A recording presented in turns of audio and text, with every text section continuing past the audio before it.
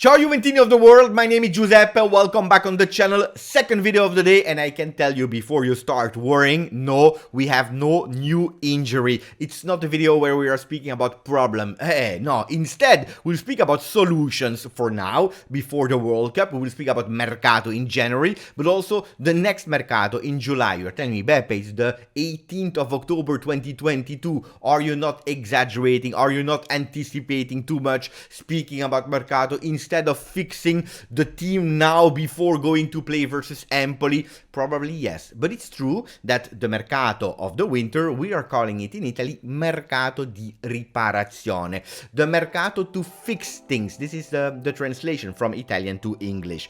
Well, this morning we made a video, we spoke about awards, il Galà del Grande Calcio, we spoke about that, Vlahovic, Bremer, Gatti. We also spoke about Ballon d'Or, Karim Benzema, with Vlahovic that was 17. If you had not the opportunity to watch it yet, click the link and you will be redirected. But now we focus on Juventus. I didn't speak enough about Juve this morning. So the double page of Gazzetta dello Sport, and maybe we are exaggerating here saying, mamma mia, double page on the 18th of October. We don't know if the two players will be there on the bench versus Empoli, yes or no. But they are writing, Juve arrivano I mostri. Juventus, the monsters are arriving. Speaking about Pogba and Chiesa. Maybe the monsters is maybe to link it with the 31st of October when it will be Halloween, maybe. Or maybe just because these guys are beasts, are monsters. And how much did we miss Federico, Chiesa and Pogba since the beginning of the season? A lot. Of course, these two players can change totally Juventus.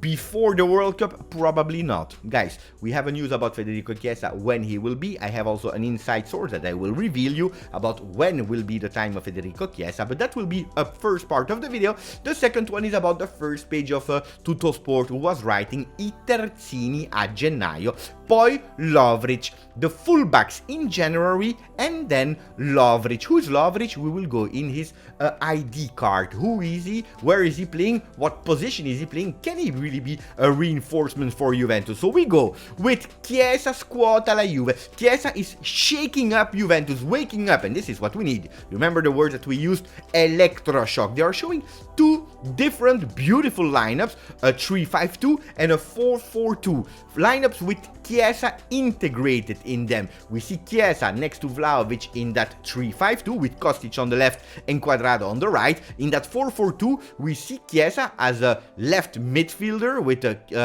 right midfielder with on the left Kostic, up front Vlahovic and Milik.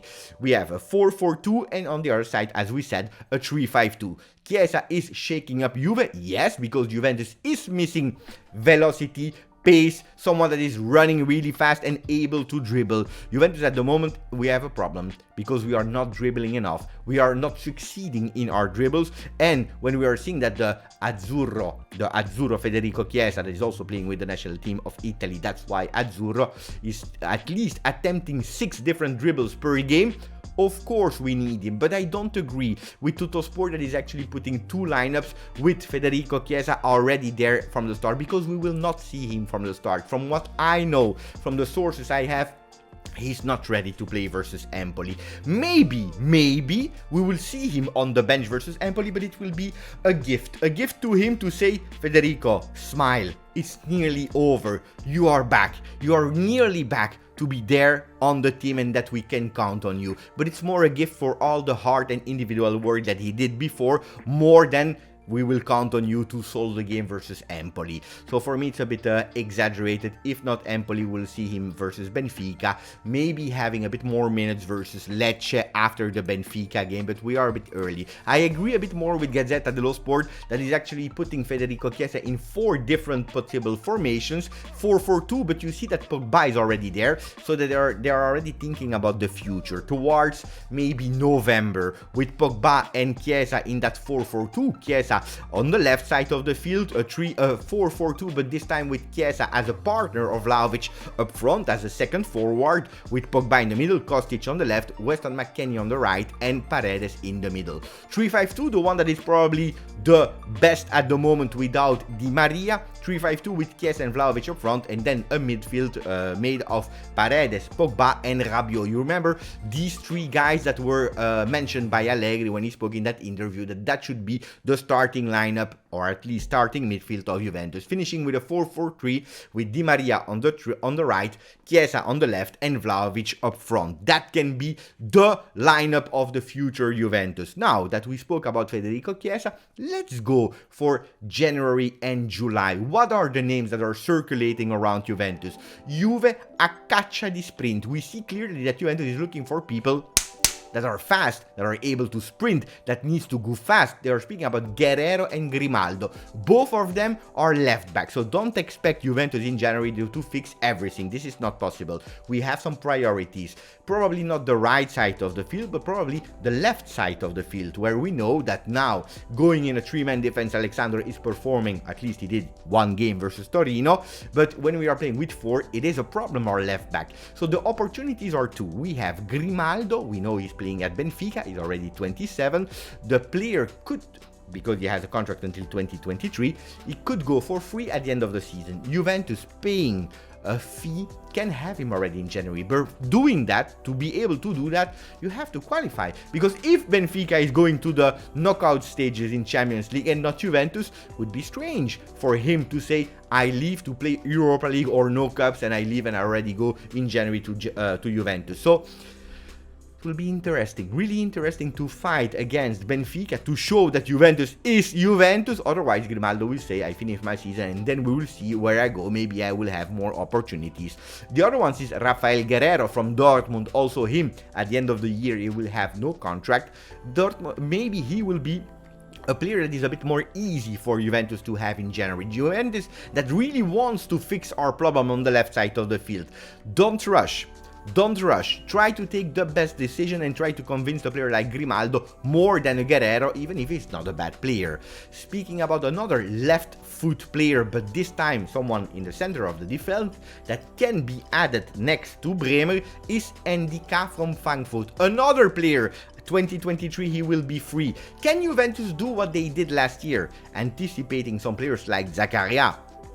We know he went to Chelsea, but Zakaria, or doing what we did with a big investment for Vlahovic in January. Can we do it for players like Grimaldo, like Ndika, that will be out of contract at the end of the year? Ndika that is already used to play in a three-man defense at Frankfurt, but also in a four-man defense, playing a bit more on the left. And if really needed, he already played as a left back. Can be a really great prospect, 23 years for the player that is French and that has really a lot of potential. Then, if we are going towards the midfield, because it's not over, we have two names there. We have the name of Rodrigo De Paul, that was already linked at the time before leaving Udinese to Juventus, and another name, a new name, speaking about Udinese, about Lovric. So De Paul, we know him. De Paul is a great player. He's a good player that at the moment, apparently, there is a fight between him and Simeone. Never counted on him. We already saw it last year. He scored in all his total career at Atletico Madrid only 5 goals, not a lot of assists. It's totally another version of De Paul versus the one that we saw at Udinese. De Paul is already a bit more older than Lovric, that is 24. De Paul, the problem is that he has extra football problems at the moment. Do we really want him? Well, I will tell you, yes, but give him on loan. Give him a loan for 6 months. We test him. If really he is the player that we saw at Udinese, we sign him. We make it our player. If not, you go back to Atletico Madrid.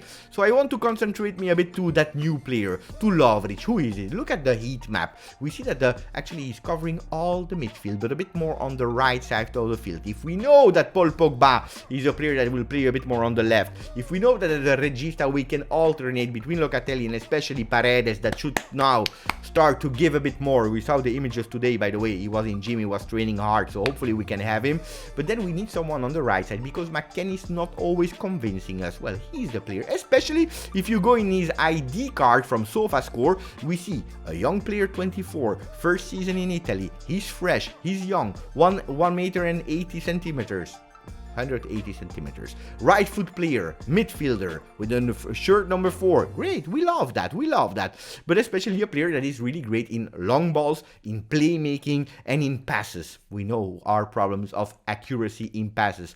Can he be the profile? Yes or no? Maybe. Not for January. So if we have to take someone to reinforce our midfield for January, it's more a De Paul than a Lovric that is doing exceptionally well for his first season at Udinese. So how could our Juventus, our beloved Juventus, looks like already in January, if everything goes well, if Juventus invest a bit of money, well, Szczesny into the goal, doesn't move. 4-3-3. With on the right side we have Danilo, next to him Bremer, central defense, but on the right side. Then we have on the left Ndika, and on the left back we have Grimaldo. 3 midfielders, Pogba, Paredes as a regista, and on the right side Rodrigo de Paul. The 3 men up front with the Federico Chiesa that will be back pumping here. Federico Chiesa on the left, Di Maria on the right, Vlahovic on top. Guys, if we have not a great team with the 11 men that we have here, fixing with the mercato di riparazione some spots as the left back, the center defender, because Bonucci, it is what it is, and adding a bit of qualities with Rodrigo de Paul on in that midfield. Attenzione, mamma mia, it could be beautiful. Of course, we are the 18th of October, we are speaking about dreams, but who is not dreaming will never realize his objectives. It is what it is. Thank you, guys. Mercato talk, maximum of comments, subscribe to the channel, maximum of likes, grazie forza, Juve.